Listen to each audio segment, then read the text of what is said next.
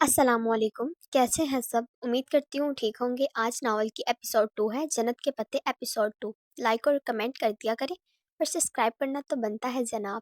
چلیں سٹارٹ کرتے ہیں۔ یہ کیا کہہ رہے ہو فرقان؟ تایا شش رہ گئے۔ بھائی اس میں حیرت کی کیا بات ہے؟ ولید اچھا لڑکا ہے، کل مہندی پر آئے گا تو ملواؤں گا۔ سوچ رہا ہوں حیا سے پوچھ کر ہاں کر دوں، مگر سلمان یہ کیسے ہو سکتا ہے؟ کیوں نہیں ہو سکتا؟ تم یہ شادی کیسے کر سکتے ہو؟ باپ ہوں اس کا، کر سکتا ہوں۔ فاطمہ بھی راضی ہے اور مجھے یقین ہے حیا کو بھی کوئی اعتراض نہیں ہوگا۔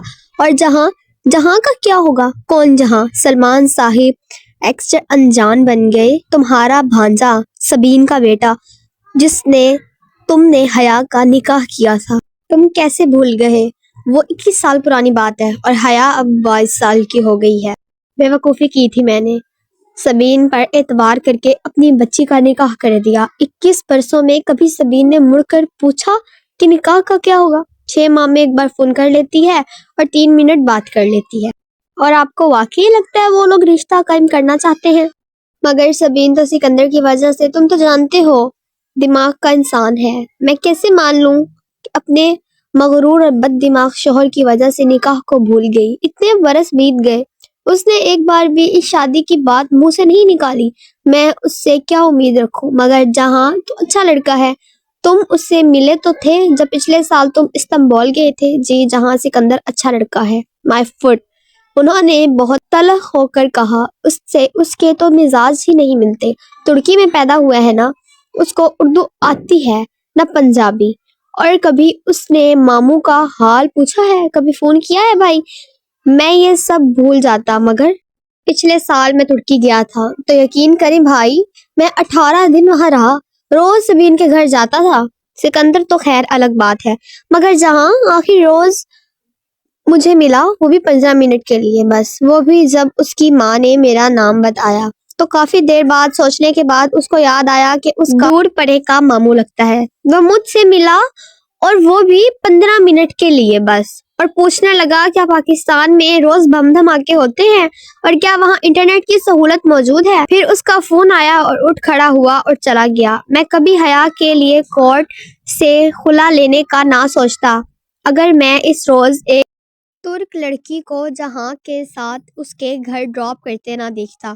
جب میں فلائٹ پکڑنے سے قبل سبین کو خدا حافظ کہنے گیا تھا، لڑکی کے ساتھ اس کی بے تکلفی، اور سکندر شاہ کا بیٹا ہے، وہ اپنے باپ کا ہی ہوگا نا۔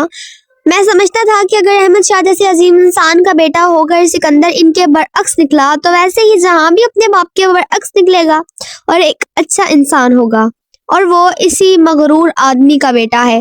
حیا کون ہے؟ اس کا ان سے کیا تعلق ہے؟ یہ بات نہ جہاں کو یاد ہے نہ سبین کو۔ سبین تو اب یہ ذکر ہی نہیں کرتی۔ اب میں اپنی بیٹی کو زبردستی ان کے گھر بھیج دوں کیا؟ خیر کل ولید پر ان سے ملو گے نا آپ کو؟ اب جو رشتہ بھی اچھا لگا میں حیا کی ادھر شادی کر دوں گا۔ حیا میں اب مزید سننے کی تاب نہ تھی، وہ سفید چہرہ لیے بوجھل قدموں سے چلتی ان سے دور ہٹ گئی۔ جہاں سکندر کو اس نے کبھی نہیں دیکھا تھا، بس بچپن سے اس نے اپنے اور اس کے رشتہ دار سے متعلق سنا تھا۔ وہ سال بھر کی تھی جب سبین پھپھو پاکستان آئی اور فرد جذبات میں اپنے 8 سالہ بیٹے کے لیے اس کا رشتہ مانگ لیا۔ جذباتی کارروائی ہوئی اور دونوں بہن بھائیوں نے بچوں کا نکاح کر دیا۔ تب 8 سالہ جہاں ان کے ساتھ تھا، پھر وہ ترکی چلا گیا۔ 21 سال گزر گئے، وہ ترکی میں ہی رہا، کبھی پاکستان نہیں آیا، اور اس وزٹ کے بعد سبین پھپھو نے بھی کبھی نہیں آئی، نہ کبھی انہوں نے کوئی تصویر بھیجی، نہ خط لکھا۔ اگر کبھی کوئی ترکی چلا جاتا تو ان سے رابطہ کر لیتا، رابطہ نہ ہونے کے برابر تھا۔ انٹرنیٹ وہ استعمال نہیں کرتی تھی، اور اگر کرتا تھا تو جہاں سکندر، وہ بھی کوئی ای میل، فیس بک، کسی ٹویٹر کے پاس کچھ نہیں تھا۔ ارم وغیرہ ان سے فیس بک پر سرچ کرتے کرتے تھک گئے تھے، مگر ترکی کا کوئی جہاں سکندر ان کو نہیں ملتا تھا۔ شروع کے دن پھپھو بہت فون کرتی تھی، پھر آہستہ آہستہ یہ رابطے زندگی کی مصروفیات میں کھو گئے۔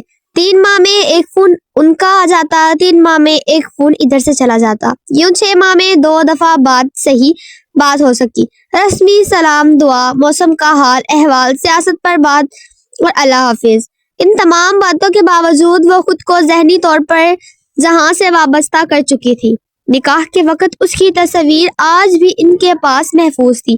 8 سالہ بھورے بالوں والا اور سنہری رنگ والا خوبصورت لڑکا جس کو اس نے کبھی اپنے روبرو نہیں دیکھا تھا، اور شاید ترکی جانے کی ساری خوشی اسی کی وجہ سے تھی جس پر ابا نے پانی پھیر دیا تھا۔ اس روز اسے رہ رہ کر جہاں پر غصہ آ رہا تھا اس کی بے رخی کے باعث، اب یہ رشتہ ایک سوالیہ نشان بن گیا۔ مگر خیر، وہ بھائی کی شادی ہو جائے، وہ سیمسٹر ہو جائے تو وہ ترکی جائے گی، اس کو ضرور ڈھونڈے گی۔ حیا کدھر ہو؟ گلابی میں آویزان آئینے کے سامنے کھڑی ماتھے پر ٹکا درست کر رہی تھی جب فاطمہ بیگم اسے پکارتی آئی۔ ہر طرف گہما گہمی تھی، ایک ناقابل فہم شور سا مچ گیا۔ مہندی کا فنکشن شروع ہو چکا تھا، سب باہر جانے کی جلدی مچائے ادھر ادھر بھاگ رہے تھے، وہ ابھی بھی وہیں کھڑی تھی۔ کیا ہوا اماں؟ وہ ٹیکے کے ساتھ الجھی ہوئی تھی جو ماتھے پر سیٹ ہو کر نہیں دے رہا تھا۔ سونے کا گول سکے کی شکل کا ٹیکا جس کے نیچے ایک سرخ روبی لٹک رہا تھا بار بار ادھر ادھر جھول جاتا۔ ٹیکے کو ٹھیک کرتے ہوئے مسلسل اس کی چوڑیاں کھنک رہی تھی۔ جلدی آؤ، تمہارے ابا بلا رہے ہیں، کسی سے ملوانا ہے تمہیں۔ ان کی آواز میں خوشی کی رمق تھی۔ وہ چونک کر ان کو دیکھنے لگی۔ نفسی سی سلک کی ساڑی اور ڈائمنڈز پہنے وہ خاصی باوقار اور خوش لگ رہی تھی۔ اس کی انگلیوں نے ٹیکا چھوڑ دیا، دل زور سے دھڑکا۔ کیا پھپھو آ گئی تھی؟ ان کا مغرور بیٹا بھی؟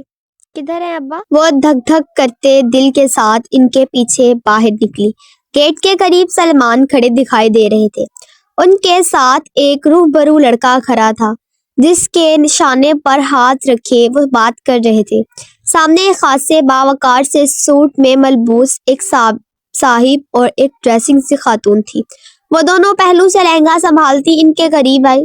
یہ حیا ہے میری بیٹی؟ سلمان صاحب نے مسکرا کر اسے شانوں میں تھمایا۔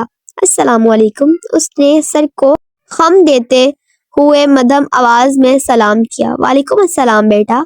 وہ تینوں دلچسپی سے اسے دیکھنے لگے۔ اس نے ڈل گولڈن کلر کا لہنگا پہنا تھا، کامدار بلاؤز کی آدھی سے بھی چھوٹی آستین اور ان سے نکلتے اس کے دھویں دار بازو سنہرے موتیوں کی شاعروں میں سنہرے دکھ رہے تھے۔ بھاری کامدار دوپٹہ اس نے گردن میں ڈال رکھا تھا، بال ہمیشہ کی طرح کھلے کمر پر گرے تھے۔ ٹیکے کے سامنے کے سنہرے جھمکے کانوں سے لٹک رہے تھے اور ملائی سے بنا چہرہ ہلکے میک اپ سے دلکش لگ رہا تھا۔ اس نے کاجل سے لبریز پلکیں اٹھائی۔ وہ تینوں اسے ستائش سے دیکھ رہے تھے۔ اور حیا، یہ میرے دوست ہیں عمر لغاری، یہ مہناز بھابی ہیں اور یہ ان کے صاحبزادے ہیں ولید۔ اس کے دل پر بوجھ سا آ گرا، آنکھوں میں بے اختیار نمکین پانی بھر آیا جیسے اس کے اندر اتار لیا۔ Nice to meet you. وہ مہمان آنے لگے ہیں، میں پھول کی پتیاں ادھر رکھ آئی تھی، سب مجھے ڈھونڈ رہے ہوں گے تو میں ہاں تم جاؤ، انجوائے کرو۔ سلیمان صاحب نے آہستگی سے اس کے شانوں سے ہاتھ ہٹا لیے اور معذرت خواہانہ مسکراتی ہوئی گیٹ کی جانب بڑھ گئی۔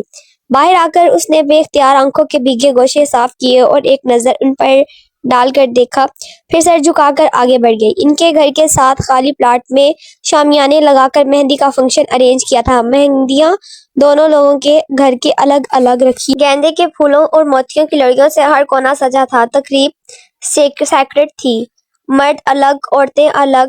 ہاں، عورتوں کی طرف خاندان کے مردوں کا آنا جانا لگا رہا تھا۔ مریم بھی شلوار کامراد لہنگے میں ادھر ادھر گھوم رہی تھی۔ وہاں ڈی جے والے، مووی والے اور ریفریشمنٹ سرو کرتے باہر کے مرد تھے۔ مگر آج تو شادی کا ایک فنکشن تھا نا، پھر سر ڈھانپنے کی پابندی کیسے ہوتی؟ شادی پہ تو خیر ہوتی ہے نا۔ حیا، ڈانس شروع کریں؟ ارم اپنا لہنگا سنبھالتی ہوئی اس کے پاس آئی۔ ہاں ٹھیک ہے، تم گانا لگواؤ۔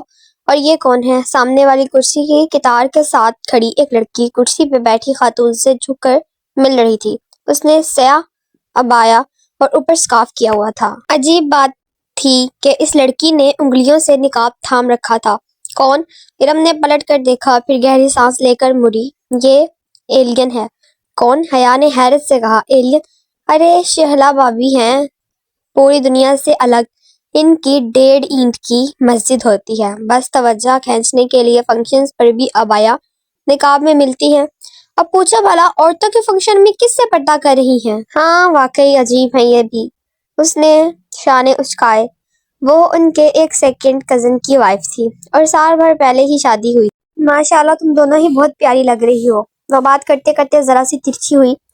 حیا نے حیرت سے دیکھا، شاید اس طرف مووی والا بنا رہا تھا فلم، اسی لیے۔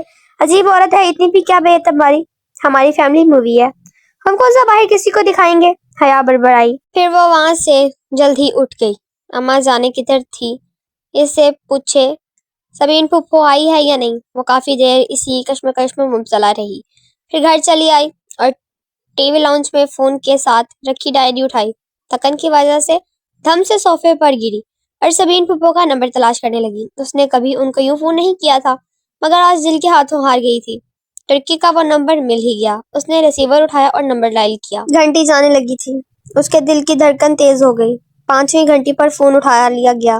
ہیلو، بھاری مردانہ آواز اس کی سمت سے ٹکرائی۔ السلام علیکم، اس نے خشک لبوں پر زبان پھیری۔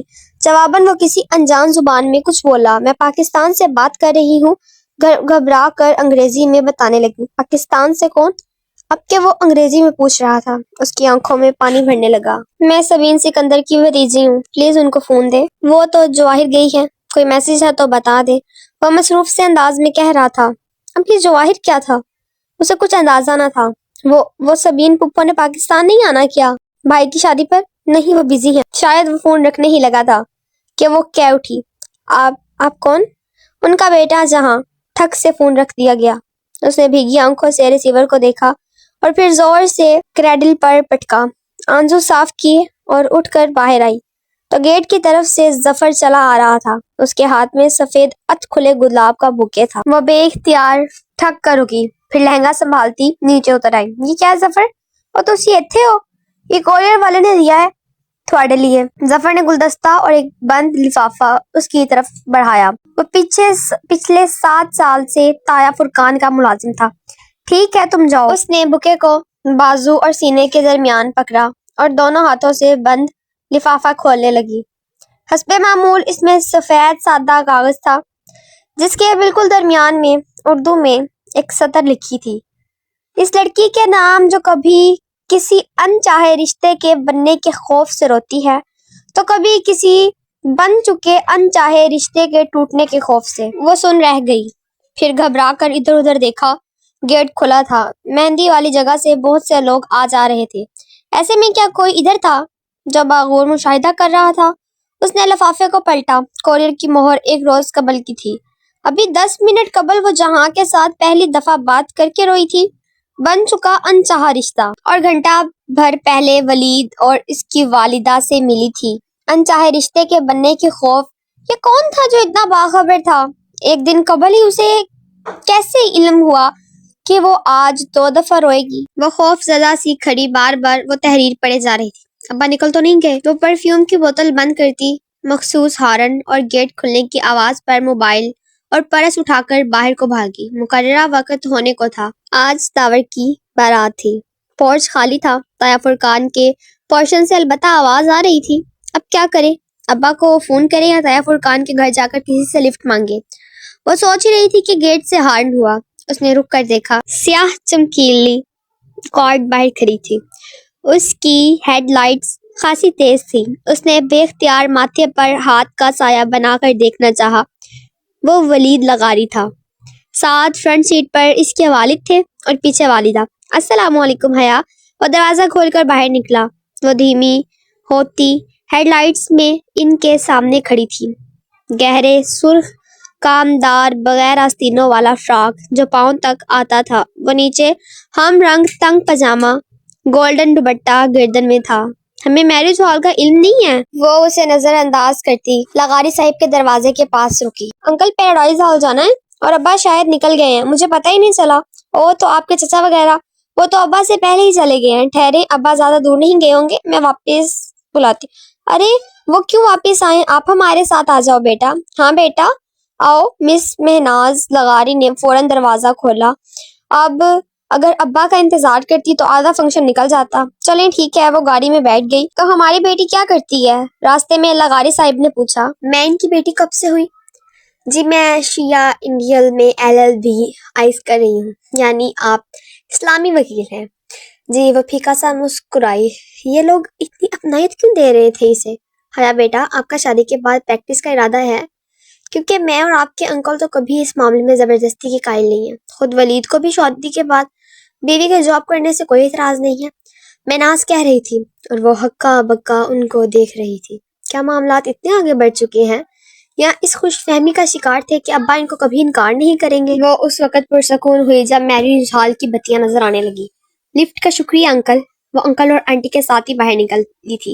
اسی پل انکل کا موبائل بجا تو معذرت کر کے ایک طرف چلے گئے۔ مہناز بھی ان کے پیچھے چلی گئی۔ حیا سنیے، وہ جانے لگی تھی کہ ولید نے پکارا، مجھے آپ سے بات کرنی ہے، مگر یہ مناسب نہیں ہے، مگر مجھے اسی رشتے کے متعلق بات کرنی ہے۔ اگر آپ 2 منٹ اندر بیٹھ کر بات سن لیں تو۔ ساتھ ہی اس کے فرنٹ سیٹ کا دروازہ کھلا۔ اس روشنی کا ایک کونا اس کے ذہن میں لپکا۔ موقع اچھا تھا، وہ اس کو اپنے نکاح کے بارے میں بتا کر سارا معاملہ ہی دبا سکتی تھی۔ ٹھیک ہے، لیکن یہاں ہمارے رشتے دار ہیں، اگر ڈونٹ وری، میں کار کو بیک سائڈ پر لے جاؤں گا، آپ بیٹھیے۔ وہ بیٹھی تو ولید گاڑی آگے بڑھا لے گیا۔ آپ کو جو بھی کہنا ہے جلدی کہیے، پھر مجھے بھی کچھ کہنا ہے، پہلے آپ کہیے۔ ولید میرج ہال کے پچھلی طرف سنسان گلی میں گاڑی لے آیا۔ اوکے، مجھے کچھ بتانا ہے۔ میرے ابا نے معلوم نہیں آپ کو بتایا ہے یا نہیں، مگر میں بتانا ضروری سمجھتی ہوں۔ میرا نکاح میری پھوپھو کے بیٹے سے بچپن میں ہی ہو گیا تھا۔ وہ لوگ ترکی میں ہوتے ہیں، کچھ خاندانی مسائل کی وجہ سے میرے ابا ان سے تھوڑا بدظن ہیں اور مجھے ڈیورس دلا کر میری شادی کہیں اور کرانا چاہتے ہیں، مگر میں ایسا نہیں چاہتی۔ پلیز آپ انکار کر دیں، میں کسی اور کی بیوی ہوں، نکاح پر نکاح نہیں ہو سکتا، پلیز آپ سے درخواست کرتی ہوں۔ اس نے چہرہ اوپر اٹھایا۔ وہ یک ٹھک گہری خاموشی گہری نظروں سے اسے دیکھ رہا تھا۔ یہ اس کا چہرہ تو نہ تھا جو وہ سارا راستہ ڈرائیونگ کے دوران دیکھتی آئی تھی، یہ تو کوئی اور ہی شخص تھا۔ پھر آپ نے کیا سوچا؟ اس کی آواز لڑکھڑا گئی۔ خطرے کا الارم زور زور سے اس کے اندر بجنے لگا۔ کس بات کے بارے میں؟ وہ بوجھل آواز میں بولا تو وہ دروازے کی طرف اس کا ہاتھ ہینڈل پر ریڈنگ کیا۔ آپ کے اس رشتے سے انکار کے بارے میں؟ ساری عمر بیٹھیا یہ باتیں کرنے کے لیے حیا، ابھی تو جو ان لمحوں کا فائدہ اٹھائیں جو میسر ہیں۔ وہ ایک دم اس پر جھکا۔ حیا کے لبوں سے چیخ نکلی۔ ولید نے دونوں ہاتھ اس کی گردن پر رکھنے کی کوشش کرنا چاہے، مگر اس نے زور سے ہینڈل گھما کر دروازہ کھولا اور دوسرے ہاتھ سے ولید کو دھکا دے کر باہر نکلی۔ اس کا دوپٹہ ولید کے ہاتھ میں آ گیا تھا۔ وہ بنا پیچھے مڑ کر دیکھنے لگی، بھاگی جا رہی تھی۔ گلیاں سنسان تھی، جانے وہ کہاں لے آیا تھا؟ آج اتوار تھا اور دکان کے شٹر گرے ہوئے تھے۔ وہ بھاگتے ہوئے گلی کے دوسرے سرے پر پہنچی، مگر یہ کیا؟ گلی آگے سے بند تھی۔ The end. کیوں بھاگتی ہو؟ مصور سے انداز میں پیچھے سے کسی نے کہا تو وہ گھبرا کر پلٹی۔ ولید سامنے سے قدم قدم چلتا آ رہا تھا، اس کے لبوں پر فاتحانہ مسکراہٹ۔ وہ نڈھال سی دیوار سے لگ گئی۔ اس کا دوپٹہ تو وہیں رہ گیا تھا۔ اب بغیر آستینوں کے جھلکتے بازو اور گلے کا گہرا کاٹ، اس نے بے اختیار سینے پر بازو لپٹے۔ مجھے جانے دو۔ اس کی آواز گھبرا گئی۔ ایسے جانے دوں؟ پھر تم نے ہاتھ تھوڑی نہ آنا ہے۔ وہ چلتے چلتے اس سے چند قدم کے فاصلے پر آ کر کھڑا ہو گیا۔ پلیز، میں ایسی لڑکی نہیں ہوں۔ تو کیسی لڑکی ہو؟ مجھ سے لفٹ لے لی، مگر شادی سے انکار ہے۔ تبھی گاڑی میں اتنی بے رخی دکھا رہی تھی۔ وہ اس کے بالکل سامنے آ رکا۔ پلیز۔ اس میں اتنی ہمت نہیں تھی کہ اب ولید کو دھکا دیتی۔ شش۔ وہ مسکراتے ہوئے آگے بڑھا۔ حیا نے سختی سے آنکھیں میچ لی۔ تب ہی اس نے زور سے کسی ضرب لگنے کی سنی اور پھر ولید کی راہ۔ اس نے دھیرے سے آنکھیں کھولی۔ ولید چکرا کر نیچے گر رہا تھا۔ اس کے پیچھے کوئی کھڑا نظر آ رہا تھا۔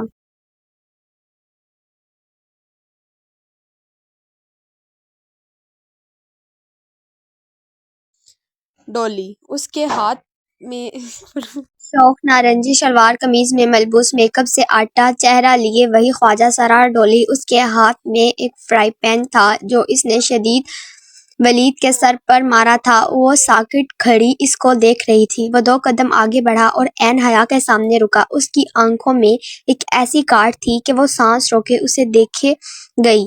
تب ہی اس نے ہاتھ بڑھایا اور حیا کو گردن کے پیچھے سے دبوچ لیا، لیکن اس کے منہ سے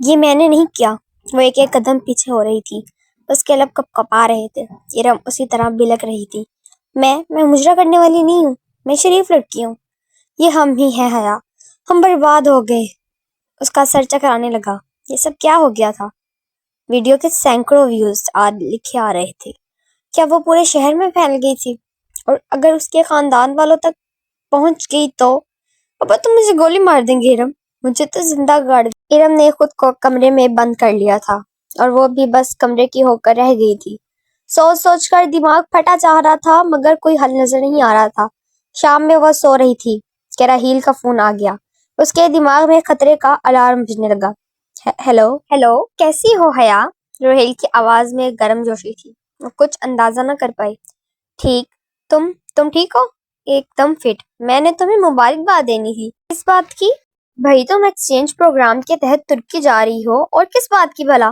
اوہ اچھا، تھینک یو سو مچ۔ اس کی اٹکی ہوئی سانس بحال ہوئی۔ کب تک جانا ہے؟ وہ خوشی سے پوچھ رہا تھا۔ جنوری کے اینڈ تک یا فروری کے شروع تک؟ تو کیا تم ادھر سبین پھپھو کی فیملی سے ملو گی؟ پتہ نہیں، ابھی سوچا نہیں۔ کیا بات ہے، تم اپسیٹ لگ رہی ہو؟ وہ ذرا پریشان ہوا۔ ارے نہیں، وہ فوراً سنبھلتی اور پھر ادھر ادھر کی باتیں کر کے خود کو نارمل نظر کرنے میں کامیاب ہو گئی تھی۔ فون بند ہوا تو وہ ارم کی طرف آئی۔ یوں منہ سے سر ڈھانپ کر بیٹھنے سے کچھ نہیں ہونا تو کیا کریں؟ ارم نے تکیہ پھینکا اور اٹھ بیٹھی۔ سب سے پہلے تو سارے گھر کے کمپیوٹر سے اس ویب سائٹ کو بلاک کرتے ہیں تاکہ کم سے کم گھر والوں کو تو نہ پتہ چلے، پھر اس کا کوئی مستقل حل سوچتے ہیں۔ ٹھیک ہے چلو۔ امید کا سر نظر آتے ہی ارم اٹھ کھڑی ہوئی۔ بنا کسی وقت کے جب وہ تمام کمپیوٹرز پر اس ویب سائٹ کو بلاک کر چکی تھی تو سائمہ تائی نے آ کر بتایا کہ رات میں ارم کو دیکھنے کے لیے تایا فرقان کے کوئی فیملی فرینڈز خاندان آ رہے ہیں۔ رسمی کارروائی تھی کیونکہ رشتہ تو وہ ڈھکے چھپے لفظوں میں مانگ ہی چکے تھے۔